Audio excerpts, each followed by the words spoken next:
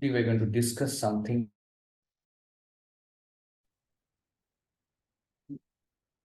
We are going to discuss today about something called foreign exchange. Now, everybody knows what is foreign exchange. What is foreign exchange? It is something that we are dealing with some foreign currencies. Now, what is the meaning of foreign currencies? Say, for example, there are some other countries. They have their own currencies, which means, say, for example, that USA have US dollar, Canadians have Canadian dollars. So Indians have Indian rupees, Japanese have their yen. So when a trader or an exporter or importer or an investor from these countries come and want to invest or do trade with India, we want to exchange their currencies with our currencies. So, at the time, there's a market where we are exchanging the two currencies, and whenever there's an exchange, there is a price, and that price is known as the foreign exchange rate. Now, for example, why foreign exchange is becoming very, very important in today's lives. Each of us, our lives are getting influenced by a foreign exchange transaction. How is that? We, even if we are not an exporter and importer, are our lives getting influenced by foreign exchange? Definitely, yes. Now, let us first understand what is the meaning of foreign exchange. Now, if an exporter is sending the goods to USA, the US citizen will basically send him US dollar. So when that US dollar reaches India, it gets converted to Indian rupees. The exporter earns from that, and he is able to employ more people. And the employment in India, because of a transaction via US citizen, it goes on. So we are finding that the Indian employment is helped by a foreign exchange transaction, to be specific, an export transaction with a US citizen. Now, let us also understand how the import is going to help us. Say, for example, I want to import a high quality machine from Germany. Now, why should I import? Why should I want to import such a quality machine? Say, for example, I am producing some goods. So I want to increase the prices of the goods. But if I want to increase the prices, will the other persons pay? No. Why? Because every commodity has a particular quality and a value is associated. So if I increase the rate, if I increase the grade of that commodity, if I increase the quality of that commodity, I will be able to charge higher prices. Now, how shall I increase the quality? I bring an imported machinery, I produce better goods, the wastage is less, and I am commanding a higher price in the Indian market. So an Indian producer, an Indian business stands to gain from the import transactions as well. We are, as Indians, we get a supply of better quality goods. So our standard of living goes up. So imports are helping us in improving our standard of living. Now, this was about exporters and importers. So definitely employment is going up, our standard of living is going up, but are we going rich from one place to another? Are we becoming more wealthy? Let's say how. Say, for example, one of the most important places of investment is the equity markets or the share markets, as we commonly call them. So, for example, if I have bought a share at 100 rupees and if the market itself is zooming, so the price of my share after some time will be 150 rupees. So, if I buy at 100 rupees and I'm selling at that time at 150 rupees, I gain a 50 rupees from one single share transaction. But how foreign exchange is connected with that? Say, for example, there are some investors who are situated in some foreign countries. Let's say an investor, you, who is situated in USA. Now, he also wants to invest in India. When wants to invest in India, he is basically having US dollar with him.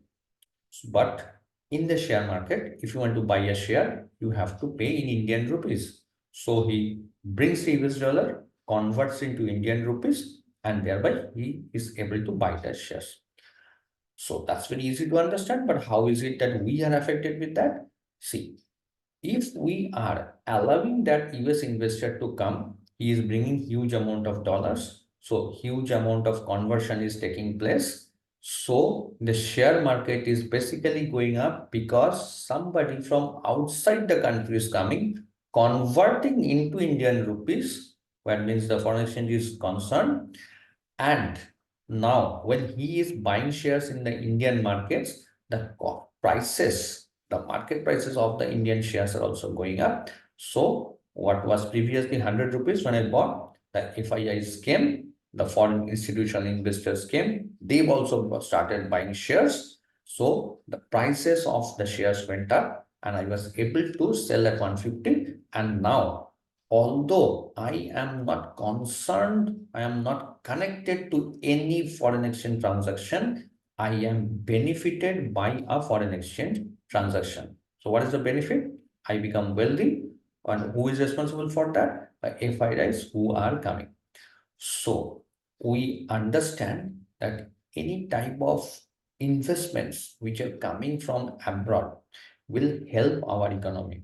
Similarly, if the trading of the goods are taking place, we are understanding that those type of trading will help improve the standard of living and the employment position in our country.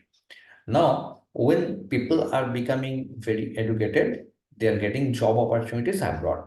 So, for example, let's say the IT engineers, which is India's very strong point, are getting employed in US markets or in US, in the country of USA.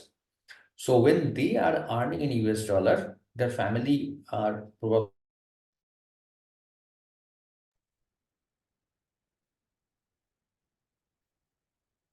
So when they are earning in US dollar, their families are in India. So they are sending the salary they are earning from USA to India. They're converting into Indian rupees, and we in India are getting benefited by the foreign exchange transactions.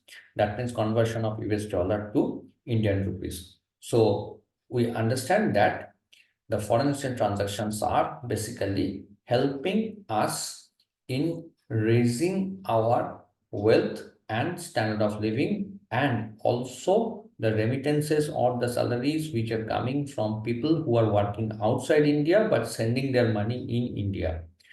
Now, when we are getting this amount of money, say for example in the form of investments or taking a loan from outside, or the remittances or repatriation, for example salary, etc., in all these three type of transactions I mentioned right now, no goods are involved. That means when a FII is investing in India, he does not need to have any good for that. I don't need to send any goods or services for that. Similarly, a worker in Gulf, when he's sending his salary, we did not need to send any goods for that. Also, if we have taken some loan from outside, and when the foreigner is sending me the money, I don't need to say any goods. In a similar way, when I'm repaying back the loan, no goods transaction is involved. If I'm investing in foreign markets, the good transaction is also not there. So if I'm going outside, I'm studying in foreign universities, I'm paying my fees in foreign currency, then also goods transactions are not involved. Now, these are all collectively called the capital account transactions, and the total inflow minus the total outflow will be called the balance of payments.